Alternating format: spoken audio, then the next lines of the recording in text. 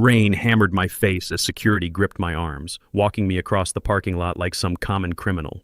Through the break room windows, I could see them all raising their glasses, laughing around her. Madison Morrison, with her perfect Stanford smile and designer suit, while colorful balloons bobbed against the ceiling. My personal items sat in a soggy cardboard box under my arm. 25 years of work reduced to this.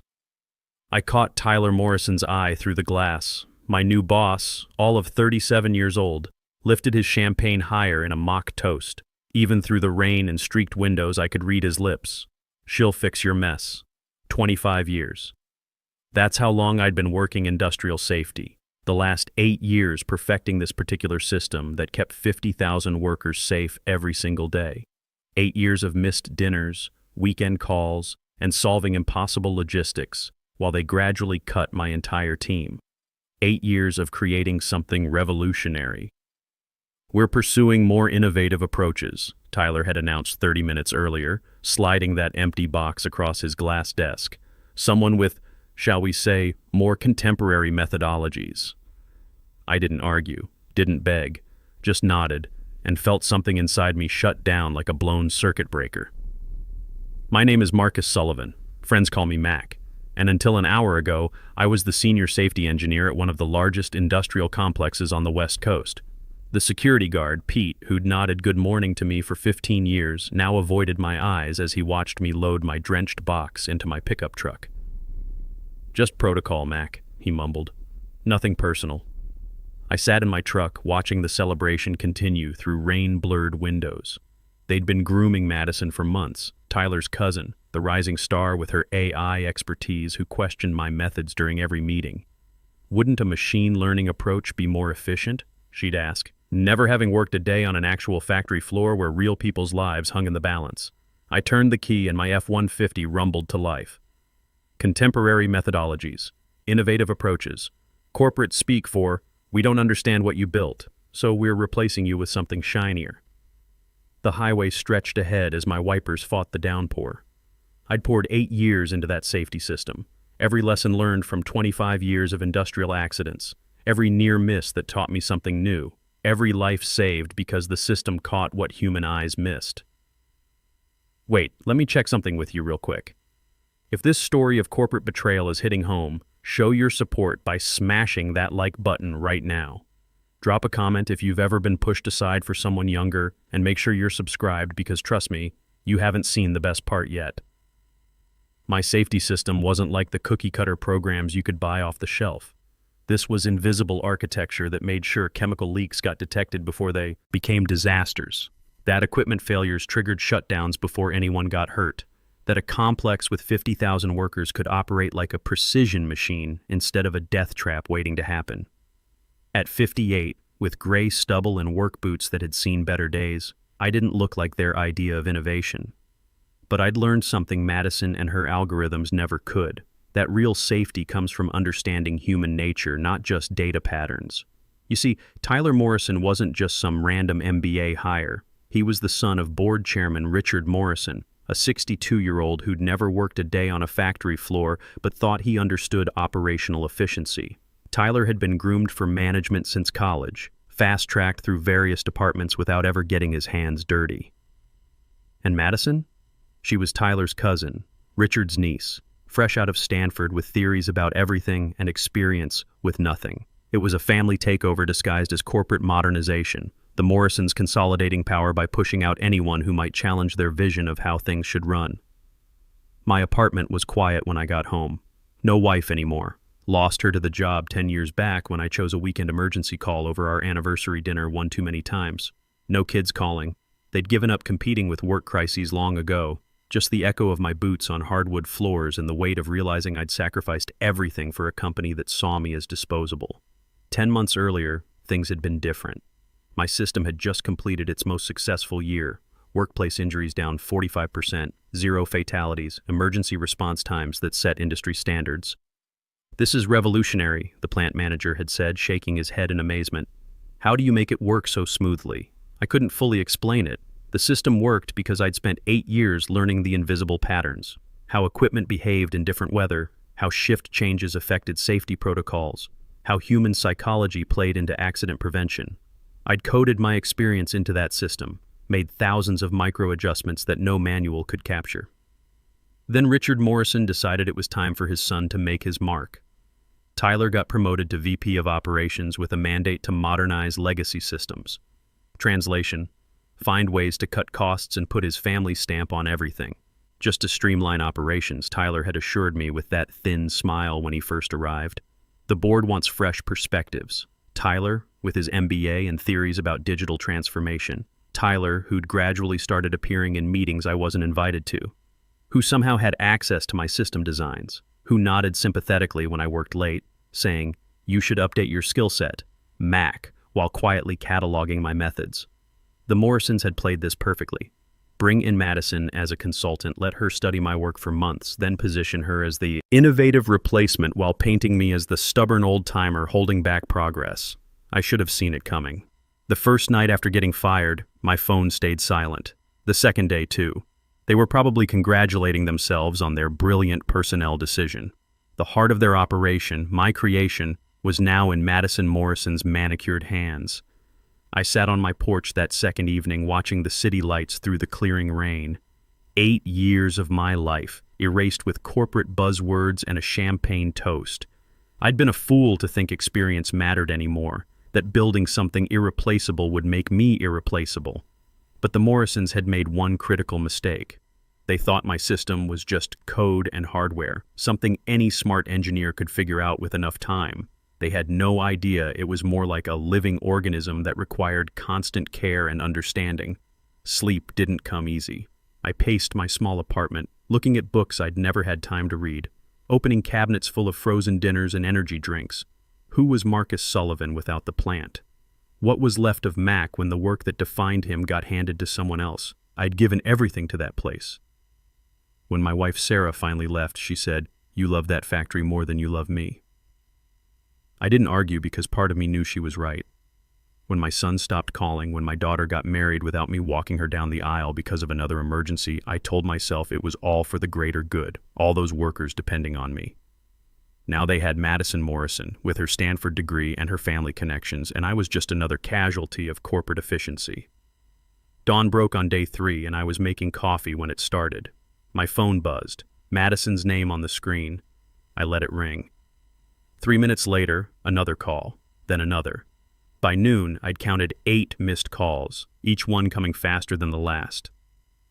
By evening, the count hit 15. No voicemails, no texts, just desperate, persistent calling. At midnight, as I sat in my recliner surrounded by old technical manuals, call number 22 came through. I watched my phone vibrate on the coffee table, imagining Madison's panic as she faced her first real crisis. The system would run fine at first, then gradually fall apart as real-world complexity overwhelmed her textbook solutions. I smiled for the first time in days, because what they never understood, what they couldn't possibly grasp, was that my safety system wasn't just code and sensors. It was me, my way of seeing industrial hazards, my patterns of thought translated into digital form. The system worked because I worked, because I'd poured 8 years of hard-won knowledge into every line of code, every safety protocol, every emergency response. You see, I hadn't just built a system, I'd built myself into it. Every unusual situation I'd encountered over 25 years in industrial safety, every creative solution to an impossible problem, every intuitive leap that saved lives, all of it was woven into that code. Madison could read the documentation, study the algorithms, even understand the basic principles. But she couldn't be me. That night, I finally slept soundly, phone silent beside me. Morning brought 31 missed calls. I made coffee and watched sunrise paint my living room gold. For the first time in years, I had nowhere to be. No crisis calls at 3 a.m., no weekend inspections, just emptiness stretching ahead. My phone buzzed again. Not Madison this time, but Carlos Rivera, the only safety tech who'd survived the budget cuts 6 months ago. He was a good kid, 28 years old, who actually listened when I tried to teach him the things they don't cover in engineering school. Mac. His voice was hushed, urgent. It's falling apart. The whole East Wing had a chemical leak yesterday. Nobody got hurt, but the system didn't catch it until way too late. I said nothing, just listened to his rapid breathing. Madison keeps trying to recalibrate using standard parameters, but it's making everything worse. Tyler's losing his mind. The state inspectors are coming back Monday. That sounds challenging, I replied, keeping my voice neutral. Challenging? It's a nightmare. The board called an emergency meeting. The union's threatening work stoppages if safety doesn't improve. Carlos paused. They need you. No, I corrected. They fired me. They escorted me out while celebrating my replacement. They don't need me. They're experiencing consequences. Mac, please. Real people are at risk here. That hit me hard. Real people. Not just Tyler with his smug MBA smile or Richard Morrison with his cost-cutting mandates. Not just Madison with her stolen position. Working men and women trying to make an honest living. Guys like Carlos who trusted the system to keep them safe. I have to go, Carlos. Wait. I ended the call and walked to my window. The industrial complex sprawled in the distance. Smokestacks reaching toward gray sky. My complex, with its unique rhythm of shifts and shutdowns, its intricate network of human activity that I'd spent decades learning to protect. 2 hours later, my doorbell rang. I knew who it would be before I opened it. Tyler Morrison stood there, his usually perfect appearance disheveled. His hair was messed up, his tie loose, and dark circles shadowed his eyes. Behind him stood Madison, looking like she hadn't slept in days. Her Stanford confidence had cracked, replaced by something close to panic. Mac, Tyler said, attempting a friendly smile that didn't reach his desperate eyes. Can we talk? I didn't move from the doorway. About what? We're facing some technical challenges with the safety implementation. Madison is brilliant, but she's encountering some unexpected variables in your architecture. I leaned against the frame. My mess, you mean? Isn't that what you called it while raising your glass? Tyler winced. Madison stepped forward. Mr. Sullivan, I need to ask you something directly. Did you deliberately sabotage the system before you left? I actually laughed. You think I somehow anticipated being fired and deliberately created a system no one else could run? You think I'm that smart and that petty? Then explain why nothing works the way it should, she demanded, her voice cracking slightly. Maybe it works exactly as it should. Maybe you just don't understand how it should work. Tyler straightened, switching tactics. Look, we're experiencing severe operational disruptions. Worker safety is compromised. This is bigger than personal disagreements. True, I nodded. Sounds like a perfect opportunity for Madison to demonstrate those contemporary methodologies you were so excited about. The desperation in both their eyes was almost satisfying. Almost. Mac, please, Tyler continued, his voice taking on a wheedling tone I'd never heard before. We're prepared to offer you a consulting contract. Triple your former salary. Just help us stabilize the system. I studied this man who'd dismissed 25 years of my expertise as outdated, who'd watched security escort me out like a criminal, who'd toasted my replacement before my desk was even cold. Now here he was, standing on my doorstep with his tail between his legs. No, I said simply. No? Just like that? Just like that. The same way you fired me. His face hardened. This isn't about wounded pride. Lives are at stake. They always were. That's why I worked 60-hour weeks perfecting that system while you cut costs to improve quarterly numbers. That's why I missed my daughter's graduation fixing emergency protocols. That's why I gave up weekends and holidays and sleep. My voice stayed level. You never cared about lives when it was me sacrificing everything for them. Madison stepped closer, desperation clear in her voice. Mr. Sullivan, I was wrong about the system. I was wrong about you. I need your help. 3 small words from Tyler's golden child that must have cost her considerable pride. I savored the moment, thinking of her standing in the wreckage of what she'd so confidently believed she could improve. Interesting, I replied. A week ago you were explaining to the board how my approach was needlessly complicated. I was wrong, she admitted, the words tight and clipped. The system is beyond conventional understanding. No, it's beyond your understanding. There's a difference. Tyler's composure finally cracked. I'll go to the board. I'll make sure you never work in this industry again. I actually laughed. Go ahead. Tell them exactly how badly you mismanaged this transition. Explain why you fired the one person who understood the system without ensuring knowledge transfer. Tell them how your family's little power grab nearly got people killed." Color drained from both their faces. Tyler started to speak, but I cut him off. "Here's what's going to happen. You're going to leave my property. You're going to go back and explain to Daddy Richard and the board exactly how you screwed up. And when the state inspectors shut you down Monday, you're going to remember that this could have all been avoided if you'd valued experience over family politics." "What do you want?" Madison asked desperately. "For you both to leave. Now." After they left, I sat in my kitchen, staring at my coffee getting cold. The truth was, I did care about those workers. Carlos was right. Real people were at risk because of corporate arrogance, but I wasn't ready to save the Morrisons from their own stupidity. Not yet. That afternoon I drove through the industrial district, seeing firsthand what had happened to my system. Warning lights blinked in random patterns. Emergency protocols fired at wrong times. Workers clustered in confused groups, unsure whether alarms meant real danger or just system glitches. At the main gate, I saw news vans gathering. A reporter stood before cameras, gesturing dramatically.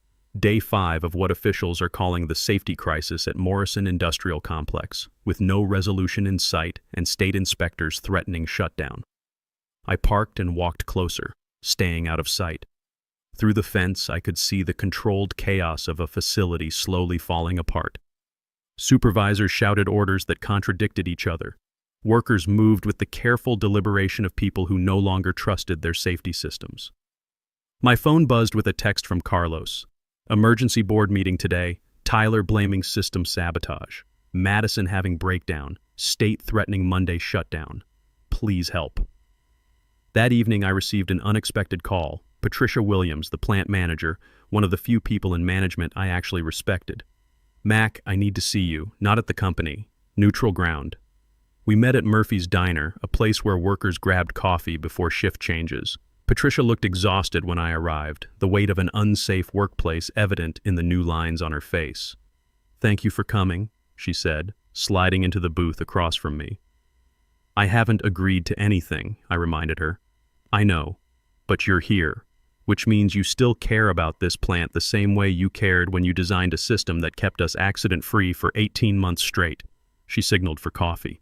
"The Morrisons are considering shutting down the whole safety system, going back to manual monitoring." I felt something twist in my gut. That would be catastrophic. Exactly. Response times would triple. We'd be back to 1990s safety standards. People will get hurt, Mac. People will die. The server brought our coffee. I wrapped my hands around the warm mug, thinking. "I understand you were treated poorly," Patricia continued, her voice direct but gentle. "I witnessed your dedication during system development. I saw the brilliance of what you built, and I was disgusted by how they handled your termination. Did they tell you I was terminated, or did they say I left for other opportunities?" She met my eyes. "Tyler said you'd moved on to pursue consulting opportunities. I knew it was corporate language the moment he said it. They fired me without warning, celebrated while security walked me out, replaced me with someone who spent months studying my work just to steal it." She grimaced. "I'm sorry, truly. But right now 50,000 people are working in a facility that's becoming more dangerous every hour because the system you built, the system that worked perfectly, is failing without you. It's failing because they thought anyone could take over without understanding the underlying approach, because they valued credentials and family connections over proven results." "I know," she interrupted, "and they were catastrophically wrong, but punishing them means punishing everyone else too." I stared into my coffee, torn between anger and responsibility. Patricia leaned forward. "Help us fix this. Not for them, for the workers. I can hire you directly as an independent safety consultant. Bypass the corporate structure entirely. The Morrisons own the system, and right now they're in breach of every safety obligation they have. The state has grounds to demand immediate remediation or complete shutdown." For the first time since getting fired, I felt something beyond anger stirring. A possibility. "I'd need certain guarantees," I said slowly. "Complete operational control, my name on all safety protocols, full credit for system design, and I choose my own team." Patricia's eyes widened slightly. "You've thought about this. I'm always thinking. It's both my greatest strength and why I haven't slept well in days." She nodded. I'll make it happen. As I walked to my truck after that meeting with Patricia, my phone buzzed with a text from Carlos. Emergency board meeting tomorrow 9 a.m. Tyler saying system needs complete replacement. Madison blaming deliberate sabotage in your code. State inspectors here Monday. Help us.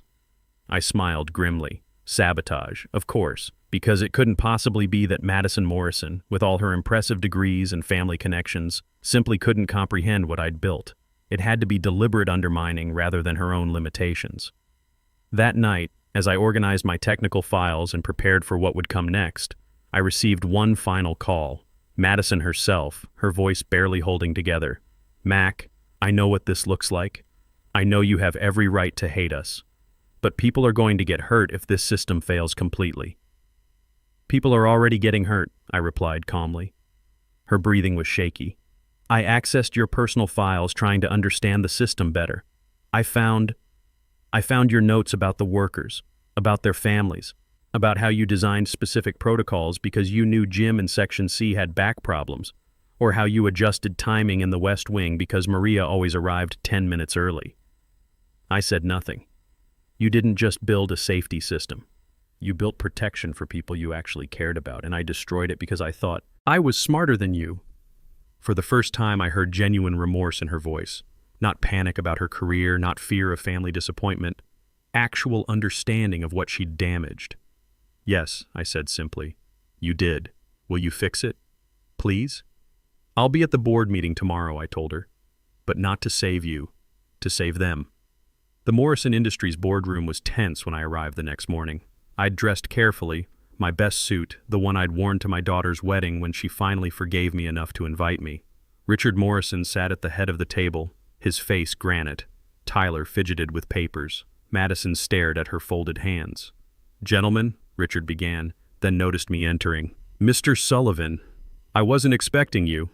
Patricia Williams hired me as an independent safety consultant, I replied, taking a seat. The state requires immediate remediation or shutdown. Tyler shot up. You can't just... Actually, I can. I pulled out the contract Patricia and I had finalized that morning. Emergency safety consultant with full operational authority during crisis situations. Signed by your plant manager and approved by state regulators. Richard Morrison's face darkened.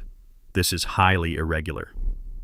So was firing the creator of a proprietary safety system without ensuring operational continuity, I replied evenly.